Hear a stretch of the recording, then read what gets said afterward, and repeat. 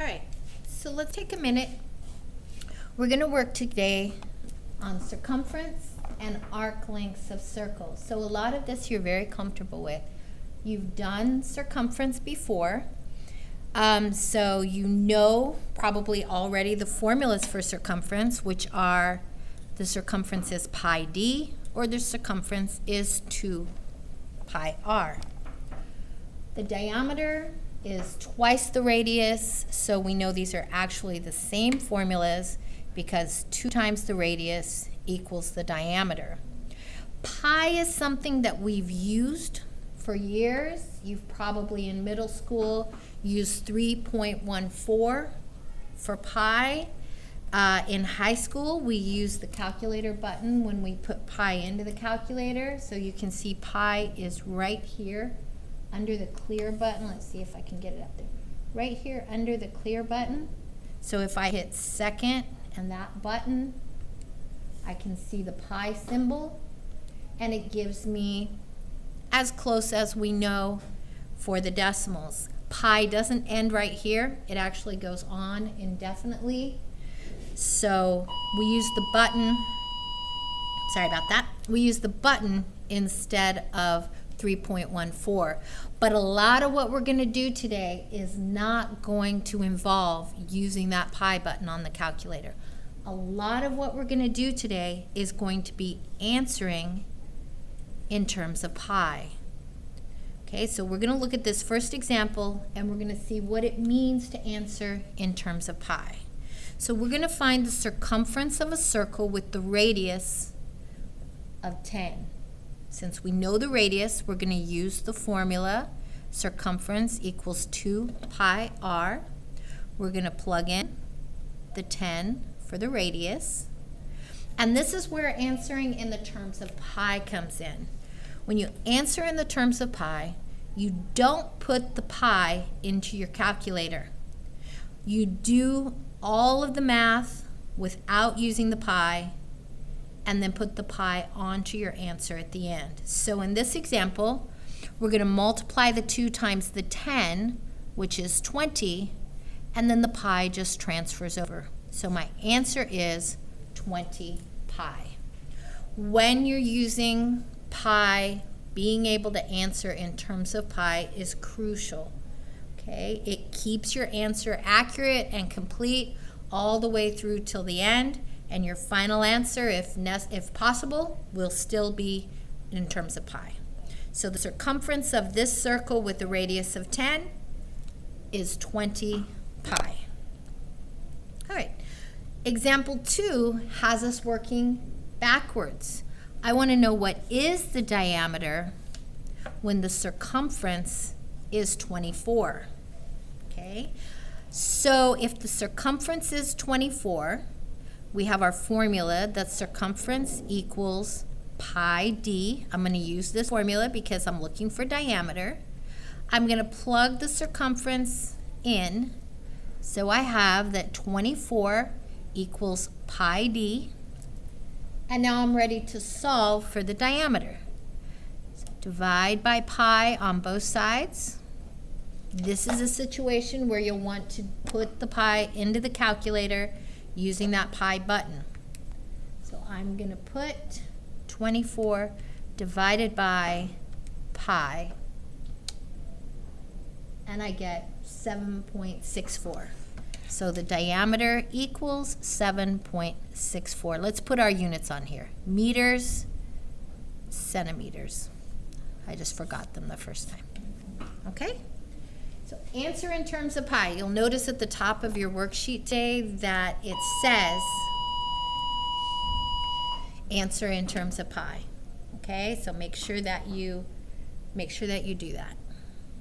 All right. Now we're going to talk a little bit about arcs. So an arc is a piece of the circumference. An arc is a portion of the circumference. So here I've highlighted an arc, here's an arc, and here's an arc. Okay, an important piece of information is about something called a central angle. Central angle is an angle that has its vertex at the center. So this angle is a central angle, this angle is a central angle, and this angle is a central angle. A central angle in degrees is equal to the arc in degrees. So this angle measures 50 degrees, this arc measures 50 degrees. This angle measures 90 degrees, this arc measures 90 degrees. This angle measures 180 degrees, this arc measures 180 degrees. So we need to make a note that there are two ways to measure circumference and to measure an arc. One way is in degrees. So the arc can be measured in degrees and the circle is 360 degrees. An arc can also be represented by length in linear units. So the circumference is the length in linear units all the way around, and the arc can be measured as a piece of that length. All right, so when we're asked to find the length of each arc, we're being asked for that linear unit. So an arc is a piece of the circumference. So let's calculate the circumference. I know the radius is 4, so we've got 2 pi 4. 2 times 4 is 8. So the circumference is 8 pi.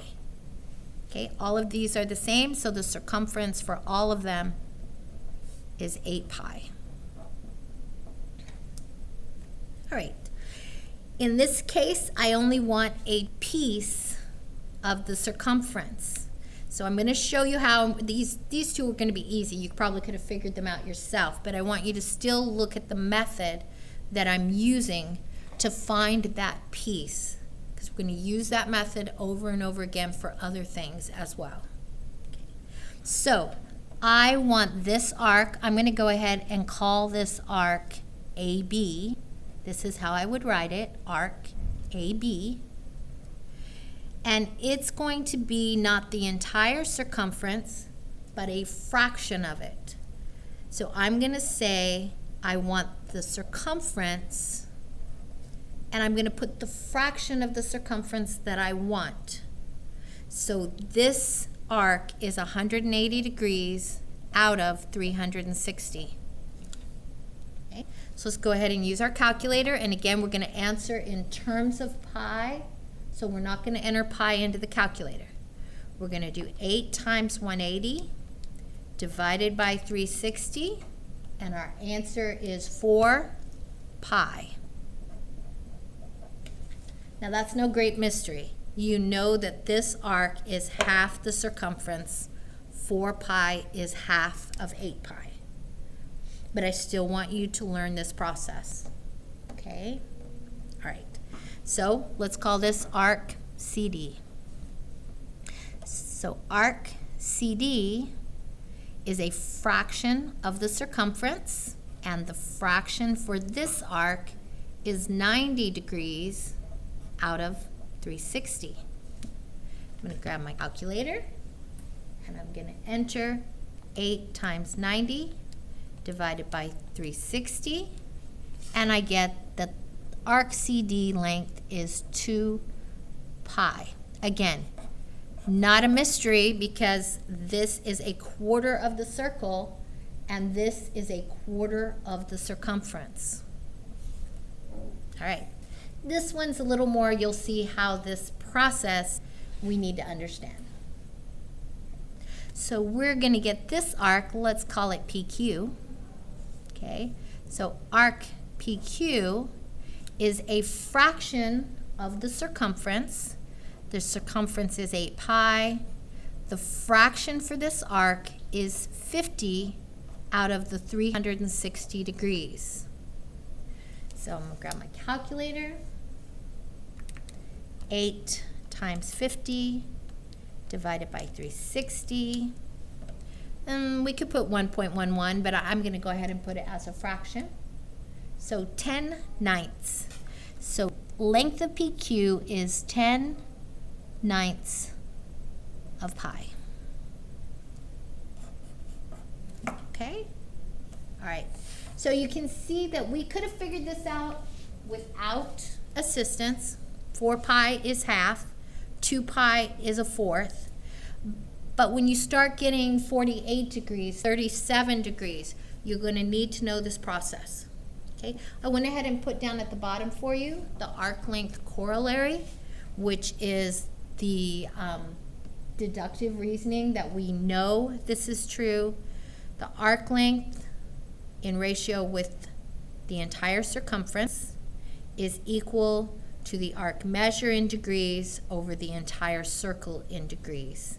If I solve for this, I get that the arc length equals the circumference times the arc degrees over the entire circle degrees. Okay, so do your homework tonight. I have an answer key up here if you need to check your answers. Do everything you can. Ask questions if you have them. Be ready to ask me questions tomorrow when I come back. Okay? We're going to continue with circles for one more day, and then we are going to quiz on Friday. Okay? All right. Miss you.